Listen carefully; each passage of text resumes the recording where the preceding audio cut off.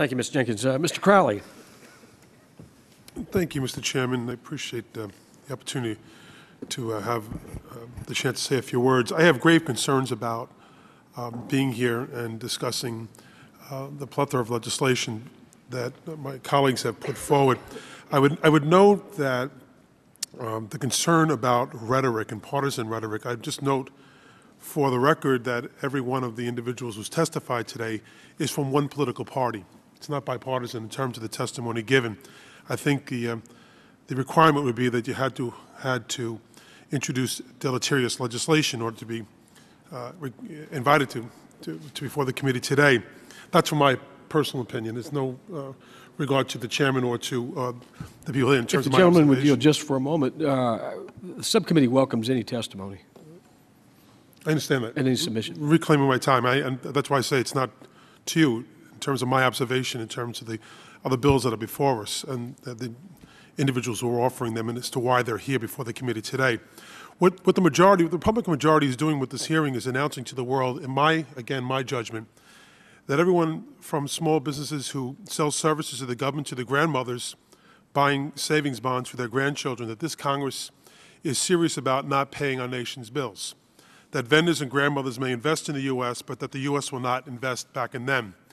This congressional majority is telling the world that they think the U.S. is a deadbeat nation, and I could not disagree more strongly. But what is also very telling about this debt prioritization debate is who, in fact, is the priority of the majority in their vision of America. We're seeing it today. The Republicans place as their top priority international bankers. The top priority of Republicans prioritize these foreign bankers above American seniors, American veterans, and America's enlisted military personnel and their families.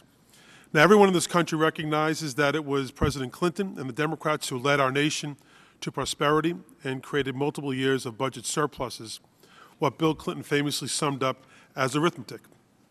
And the American people also know it was the Republican Party that ended these surpluses, bankrupted the Treasury, and added trillions of dollars in debt to the nation's credit card, a debt they have not taken a single serious step towards addressing, and my colleague mentioned the two wars that we entered into. But what is more out of whack, and at the same time giving the largest tax cut in the nation's history, what is more out of whack with the nation's values and priorities is their plan to put Chinese bankers first. Under the plan being advanced today, Chinese bankers will get their money first before senior citizens on Social Security. I'm not making that up. That our American war heroes, the brave men and women who served or are currently serving our nation in uniform, will have to wait behind Swiss bankers for their VA benefits or combat pay, or, God forbid, their death benefits. Speaker Boehner, Mitt Romney, George Bush, and their political party are telling the country that they are okay paying off international bankers in every corner of the world, Beijing, Shanghai, Tokyo, and Zurich, but refuse to honor the payments to VA doctors, cancer researchers, school teachers, meat inspectors, and FBI agents. I oppose that awful concept. I oppose this awful concept of putting Americans last. And with that, I'll yield back the balance of my time. I thank the gentleman.